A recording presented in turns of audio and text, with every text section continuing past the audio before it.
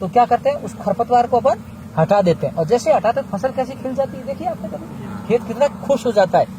ऐसे ही अपने विचारों में कभी कभी खरपतवार आएगी, पढ़ के क्या कर लेंगे, अनुशासित होके क्या कर देंगे, टीचर ने ऐसे कैसे कह दिया, तो उस खरपतवार को खत्म करने के लिए कौन हेल्प करता है आपने, है ना, कुदाली होती है, औजार होता है ना, हंसिया होता है। ऐसे हमारे हंसिया, कुदाली और पावड़े क्या है पता है, किताबें हैं, पढ़ाई है, टीचर है, हमारे पेरेंट्स हैं, वो हमारे हथियार है, वो हमें समझाएंगे।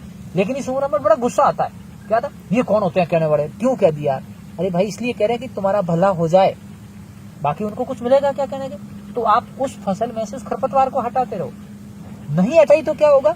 किसी को उदाहरण याद है कि एक खेत है जिसमें आपने खरपतवार नहीं हटाई, तो आप देखो कि फसल के साथ साथ खरपतवार वो भूरे टन बड़े हो जाते हैं, और लास्ट में जब बाकी फसल बड़ी हो जाती है उसको हम अच्छे से ले रहे होते हैं, बट जिसके साथ में खरपतवारी न तो फसल मिलती है, कुछ भी काम की नहीं होती। देखा आपने, ऐसे अपनी जिंदगी बन जाएगी। तो अभी आपकी स्टार्ट में आप न्यू प्लांट की तरह ग्रो कर रहे हो, आपके विचार में कोई ऐसी बात नहीं आनी चाहिए जो आपको खुश नहीं रखे। हम पढ़ाई खुश होने के लिए कर रहे हैं ना। कलाम सर की किताब है अदम सांस, अभी मैं पहुंचा दूंगा 30-31 तारीख को, खूब सारी लाइब्रेरी में, बाकी सब बच्चे पढ़ना, हिंदी की है, अंग्रेजी की भी है। उसमें उन्होंने एजुकेशन का मीनिंग क्या समझाया कि पढ़ाई करके आपके चेहरे पे खुशी आनी चाहिए। 5वीं से 8वीं में जाओ तो ज्यादा आनी चाहिए, 8वीं से 12वीं में जाओ तो ज्यादा आनी चाहिए, कॉलेज में होते हो तो और ज्यादा आनी चाहिए। यदि आपके चेहरे पे खुशी नहीं आ रही है ना, इसका मतलब आप पढ़ाई नहीं कर रहे हो, वो पढ़ाई का मीनिंग सही नहीं है। कल बताया सर ने कि अज्ञानता से दूर जाने के लिए हम गुरु की हेल्प लेते हैं, तो आपकी अज्ञानता से दूर गए नहीं आप, तो भाषण सुनने से क्या हुआ, जिंदगी में अपनाया क्या आपने। तो जिंदगी क्या है, वापस जो अभी रिया ने बोला, आपका टारगेट क्या है। अभी टारगेट है अपनी क्लास की पढ़ाई करना, किसी को डॉक्टर बनना है, किसी को इंजीनियर बनना है, डॉक्टर इंजीनियर बन जाओ, उसके बाद टारगेट क्या होगा, परिवार की, देश की सेवा करना, समाज की सेवा करना। सबसे इम्पोर्टेंट है कि हम जिंदगी के उस अंतिम पड़ाव के लिए दौड़ेंगे सब, जिसको बुढ़ापा कहते हैं।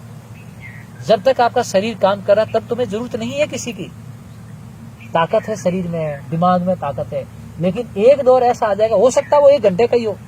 बहुत सारे ऐसे लोग हैं जिनके 1 घंटा ही आता है बुढ़ापा, और वो 100 साल को पूरे हो जाते हैं। बहुत सारे लोग हैं जिनके 1 साल होता है, कईयों के 10 साल का हो जाता है। उस समय हमें हमारे परिवार की जरूरत पड़ेगी, उस समय हमारे दोस्तों की जरूरत पड़ेगी, उस दिन अपनेपन की जरूरत पड़ेगी, उस दिन आपने जिंदगी में क्या कमाया है उसकी जरूरत पड़ेगी। हम सब उसके लिए दौड़ रहे हैं। मेरी बात समझ में आ रही है, ये बहुत इंपॉर्टेंट है।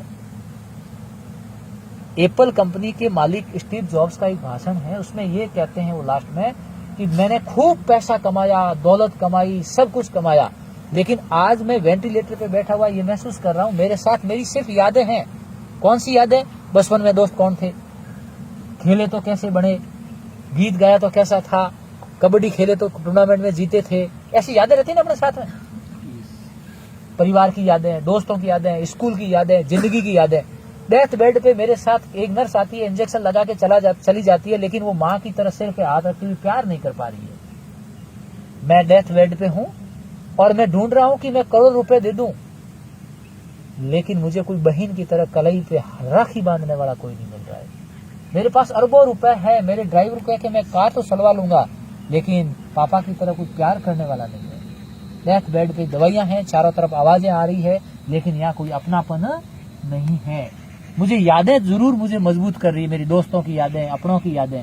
तो वो फिर लास्ट में क्या बोलता है, लास्ट में लिखता है कि जिंदगी में अच्छे पैसे कमाना, अच्छे पद कमाना, अच्छे दोस्त कमाना, लेकिन सबसे महत्वपूर्ण चीज क्या है, यादें कमाना। क्योंकि यादें आपके पहाड़ पे भी चलेगी, नदी में भी तैरेगी, हवा में भी चलेगी, और वो यादें ही आपको खुश रखेगी। तो यादें कैसी, अच्छी पढ़ाई की, अच्छे खाने की, है ना, मारवाड़ी में बोले होरो जिमाउडो दोरो कुटुडो याद रहेगा। मतलब अच्छा खाना खिलाया याद रहता है यार, वो बढ़िया फाफड़ा जिमाया नहीं, घी जाते मौज करा दिया मैंने, जिमाया बढ़िया सेवा हगुर की, कुटुड हो तो वो होरो याद रहे। अशोक सर और मुकेश जुड़ते हैं तो याद रहे ना, डर लग, अरे सर आ रहे, डरो मत।